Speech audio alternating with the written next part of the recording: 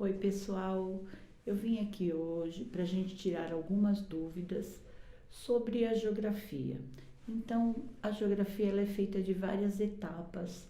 Hoje, o nosso foco vai ser sobre pós-Segunda Guerra Mundial. Quais foram as mudanças estabelecidas no mapa mundi? Quando você olha, ele está de maneira diferente. O que ocorreu para que isso acontecesse? Uma coisa importante é uma palavrinha, mas que ela demonstra toda a mudança estratégica do mapa. Ela chama-se bipolaridade. O que é bipolaridade? É o comando econômico. Ou seja, após a Segunda Guerra Mundial, nós tínhamos dois comandos. Pelo capitalismo. O que é capitalismo? É quando você tem o seu negócio, a sua empresa, você domina a sua economia. A partir daí, você é dono, você implanta o que você quer, produz o que você quer, a quantidade de lucro, tudo a ser estabelecido. Já, diferentemente no sistema socialista, nós temos uma outra etapa. Você não é dono absoluto do seu negócio. Mesmo que você produza, que você industrialize, seja o que for, uma parte é sua, outra parte você tem que ir até o governo. O governo é que delimita o que você pode, não pode, até onde você pode produzir, até onde pode ser o seu lucro. Ou seja, ela é uma economia controladora. Temos duas etapas. De um lado, pelo capitalismo, nós temos os Estados Unidos e, pelo outro lado, nós temos a União Soviética, que domina toda a parte do socialista.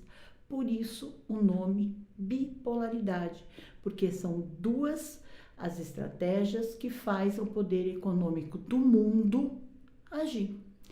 Isso mais ou menos até o final da Segunda Guerra Mundial. Esse panorama muda. Muda o quê? Toda a estratégia do nosso mapa. Houve várias diferenciações. A própria União Soviética se quebra, se fragiliza, se divide em 15 pequenos países. Ou seja, todo o seu leste ele é fragmentado em pequenos países, 15 novos. Por quê? Não aceitam o sistema socialista. Então, a União Soviética sai do mapa, ela vem como Rússia e se fragmenta em 15 pedaços. Temos outra divisão, que é a divisão da Tchecoslováquia, também em duas partes. Temos ainda mais, o qual é Iugoslávia, que se divide e se fraciona em 6 partes. Croácia, Bielorrússia, Montenegro e assim vai. E temos uma divisão importante, que é essa, a mais importante da Rússia, e uma única unificação, que é exatamente a unificação das duas Alemanhas. Uma Alemanha capitalista, a outra Alemanha socialista. Com a unificação das duas, nós surge uma Alemanha, que tem o nome de Alemanha Reunificada e assume o papel do capitalismo. Então, essa parte eu quero que vocês entendam como fez a direção do mundo reagir a todas essas mudanças acontecidas. O capitalismo e o socialismo foram muito importantes, mas houve essa quebra.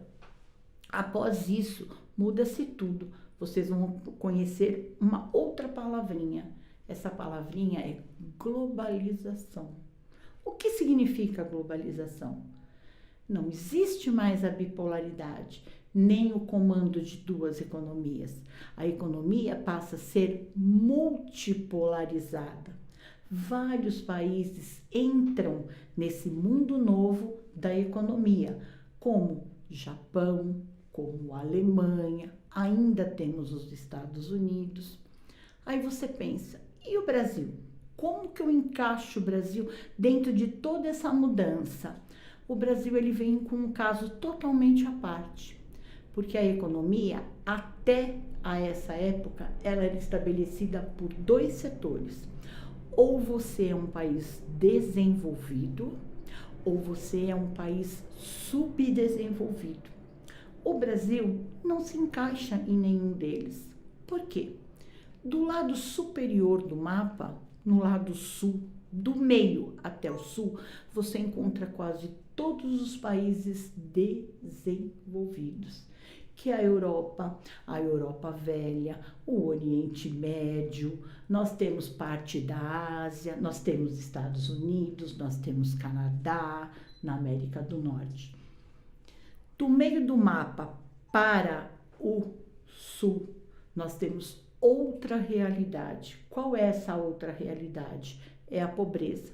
Nós temos a África, nós temos a América Latina, nós temos inclusive o Brasil.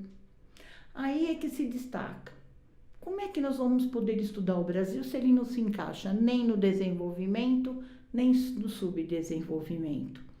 Nós teríamos que dividir o Brasil em duas etapas. A parte sul e sudeste é a parte onde está todo o desenvolvimento. Ela tem industrialização, agricultura de ponta, industrialização de ponta.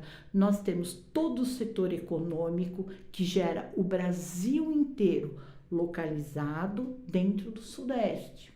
Mas nós não podemos esquecer que nós temos o quê? A parte norte.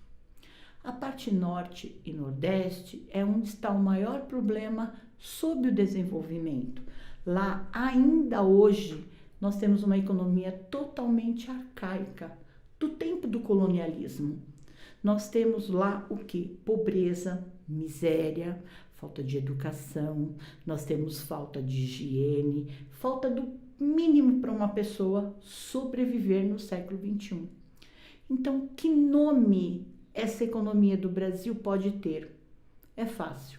País em desenvolvimento.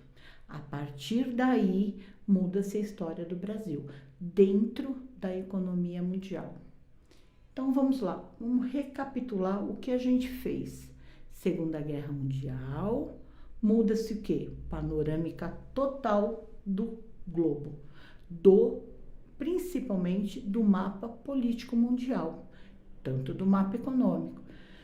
Temos aí a bipolaridade, que é a divisão do capitalismo e do socialismo.